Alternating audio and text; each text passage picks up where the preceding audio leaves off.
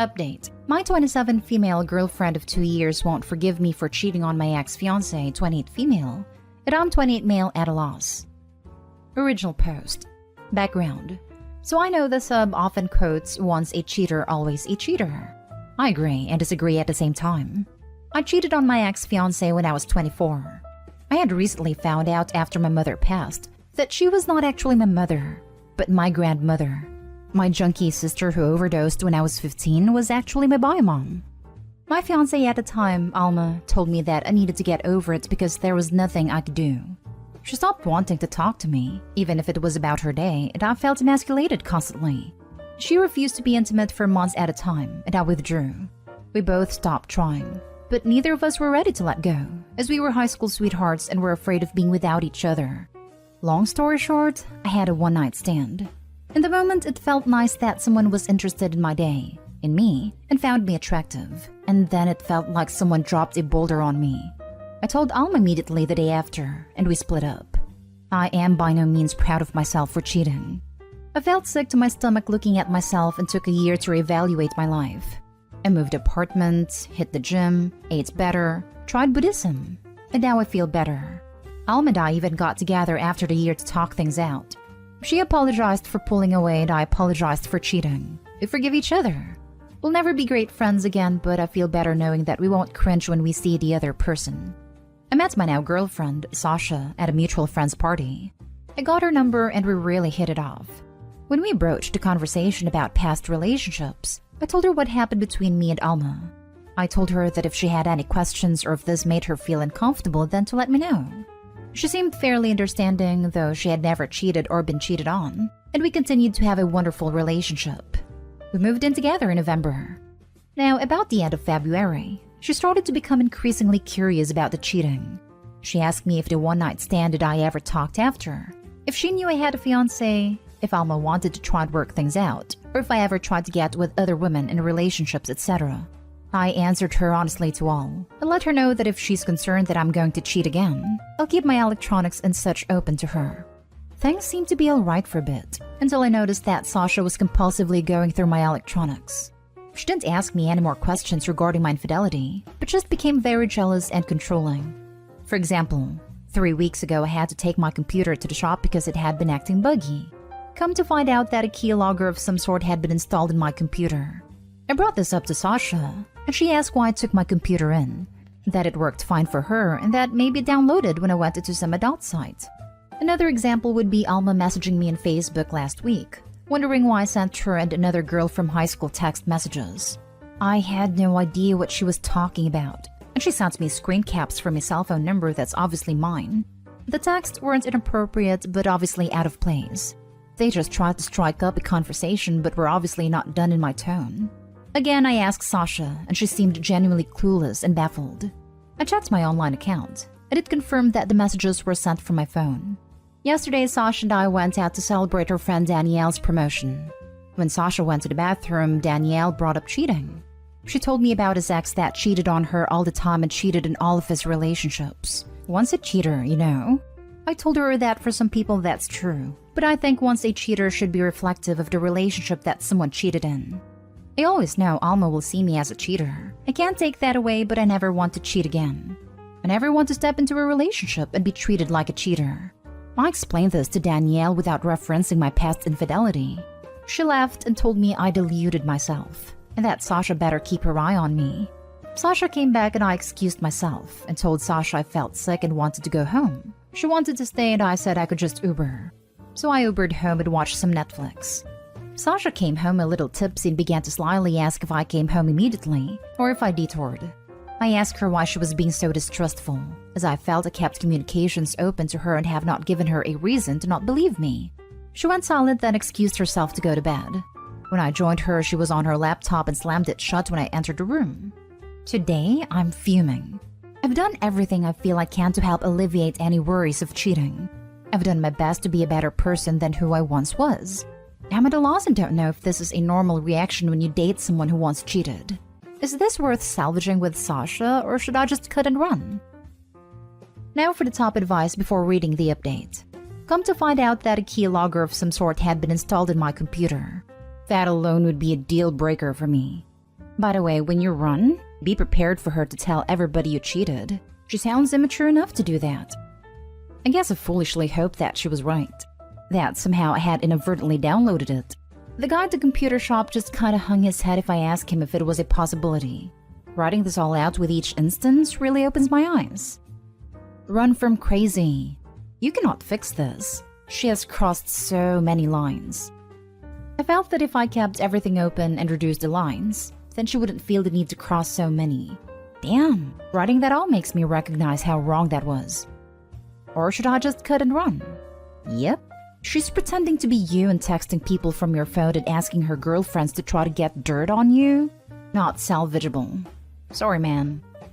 I just don't understand why she felt the need to text Alma or the other girl from my high school. I don't understand if that's insecurity or crazy.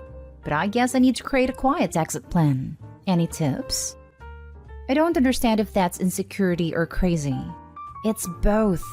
Woohoo! The 2-for-1 combo. Either way, you don't want to stick around for it. As for the exit plan, what's the deal with your living situation? Own or rent? Who is on the lease? Can you kick her out and or move out easily yourself?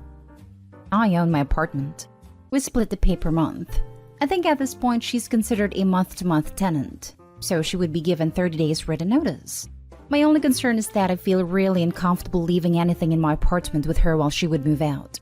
Maybe I'm being irrational, but I feel that if she's been this obsessive, I wouldn't put it past her to damage my things or do further damage. And now for the update.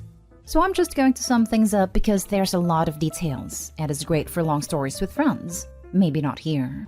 Sasha told me she was going to visit her mother because there was a health emergency last week. I took her to the airport and immediately moved all essentials out of my place to a storage locker not far from it.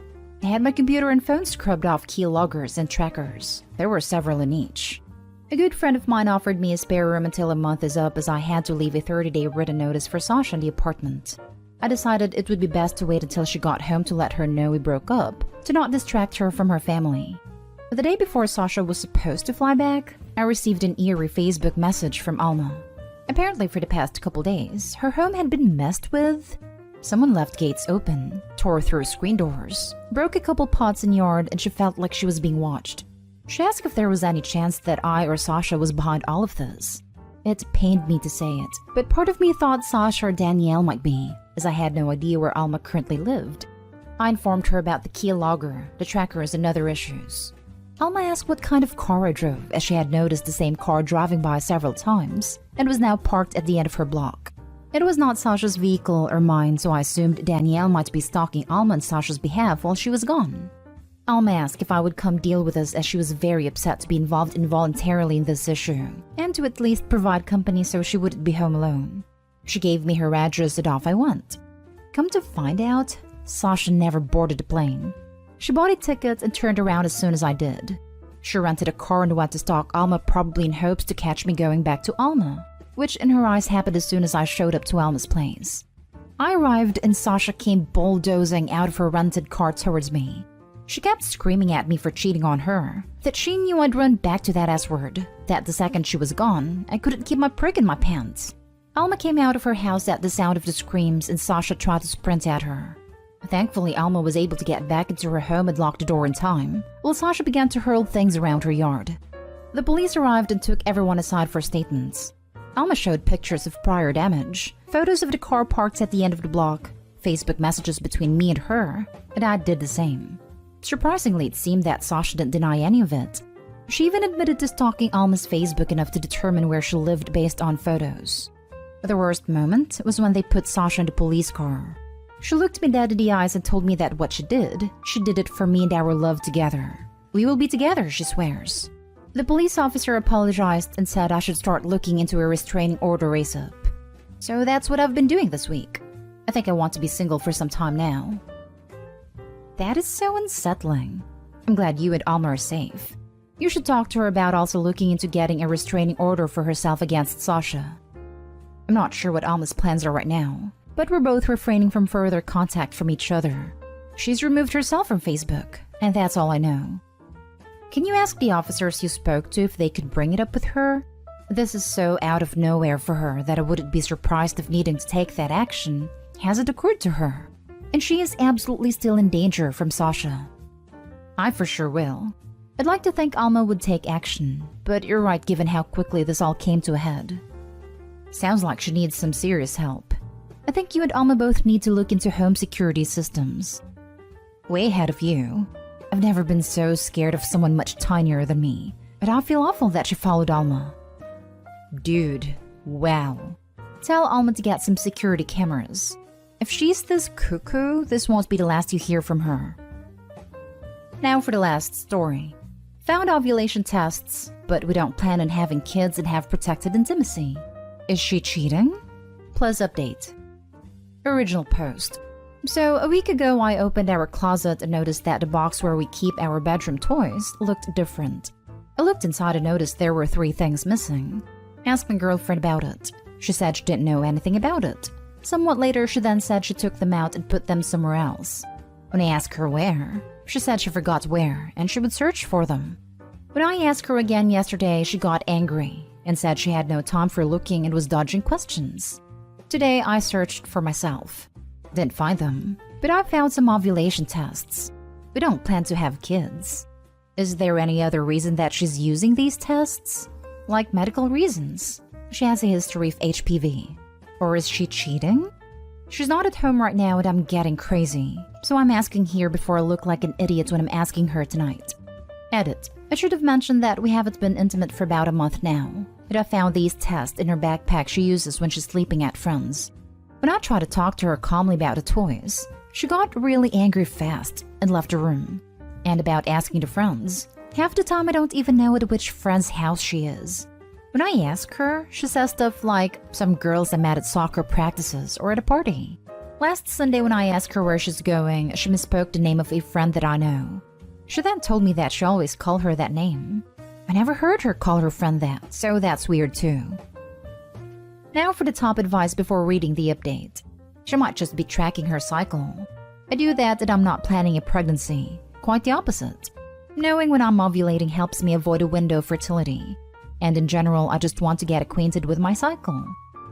If you feel you're going crazy, you should ask her, but please go about it as calmly as you possibly can. I understand, but we haven't been intimate for a while now, and it's weird that she hid them in a backpack under the bed. That doesn't matter. You said it's been a month. She might have had a private moment where her period was different or late last time, which would be a month ago. And she might have wanted to add in an extra layer of protection by knowing the next time she's ovulating. Maybe it's so she can see if it connects to mood. Maybe it's to make sure she doesn't have intimacy during that window. Maybe it has something to do with how she's taking care of her reproductive system. Either way, this information is useful for her knowledge of her own body, and that isn't something that should be viewed so negatively. She may want to know if she's even fertile. She also could want to start having unprotected action and not risk pregnancy. Edited to add. After reading the edits, her behavior sounds suspicious. Could be out of context, but they also could be red flags. I don't know the ovulation tests are particularly suspicious, but the rest of what you said is. Bedroom toys went missing and she's the only other person with access to them, yet can't explain where they went, and she gets angry when you bring it up. She stays over at other people's houses you don't know and they are just some friends she met. Maybe that's a cultural thing, but kind of weird where I'm from. I'm a believer in trusting your gut. If her behavior suddenly change, you think she acts suspicious, and you suddenly stop having as much intimacy as normal, those are pretty classic signs of cheating. Also, he added in a comment that spending the night with friends just started a month ago, at the same time that the intimacy stopped. And now for the update. Hours ago, my now ex-girlfriend came home, and after reading the comments on my post, I felt like a paranoid idiot, so I decided to drop it. She acted really weird when she came home, and I noticed that she had something in her hand when she came out of the toilet and went to our bedroom. Immediately, my inner alarm went off, and as soon as she left the bedroom, I was looking for what she's hiding. I found a used ovulation test, and another package with one pill that was missing under her pants under a pillow. I took a picture, and after searching the name from the package on Google, it's an emergency contraceptive called Ella-1. I was freaking shocked and disgusted when I read that, and I still am. So I immediately went to her and asked about the toys again, and why there are these ovulation tests under her bed. Before she could lie to me, I just told her that I know that she just took that pill. She started freaking laughing. So I told her that this is absolutely not fun in any way. She told me to leave her alone, but I was so mad that I just asked her the same freaking questions until she started crying. She accused me of hacking her phone, that I was spying on her, that I'm the bad one, until she finally told me the truth. About a month ago, she messaged one of her coaches on Instagram because of some sport lotion, and where to get it and all. They exchanged numbers, kept chatting, and started to meet. So the sleepovers were indeed them hooking up. When I asked about the toys, she just said that I would know where they are, and she had a test because they did it without protection. She now wants me to leave the apartment, and told me that she already had legal advice weeks ago, and that I have 1 month to leave because I'm just a subtenant. Knowing that she already planned this makes me so incredibly sick. She's gone now, and I feel like I'm dead. I'm not sad or angry. I just feel nothing right now. 5 years wasted for nothing. How can someone be this freaking cold? I just don't understand. We moved about 2 years ago to a different city because she wanted to study here. I don't have friends here where I can live until I find something. I don't have a family and 1 month to find a home in one of the busiest cities in Germany. I never thought that I'd get cheated on. I'm not perfect, but I don't think that I deserve this. She's a different person to me, and it makes me crazy. I'm writing this and hoping it helps me see clearer. It feels like a dream. And for all the people who read this have similar suspicions, don't ask the sub for advice. The comments made me almost drop this matter. Trust your gut and don't rely on people who don't know the full picture or are biased. Because in hindsight, there were so many red flags, but I was just too dumb to see it. I don't care if I misspelled something. I just want to give an update and maybe clear my head a little. I'm going for a walk now and hope that tomorrow will look different.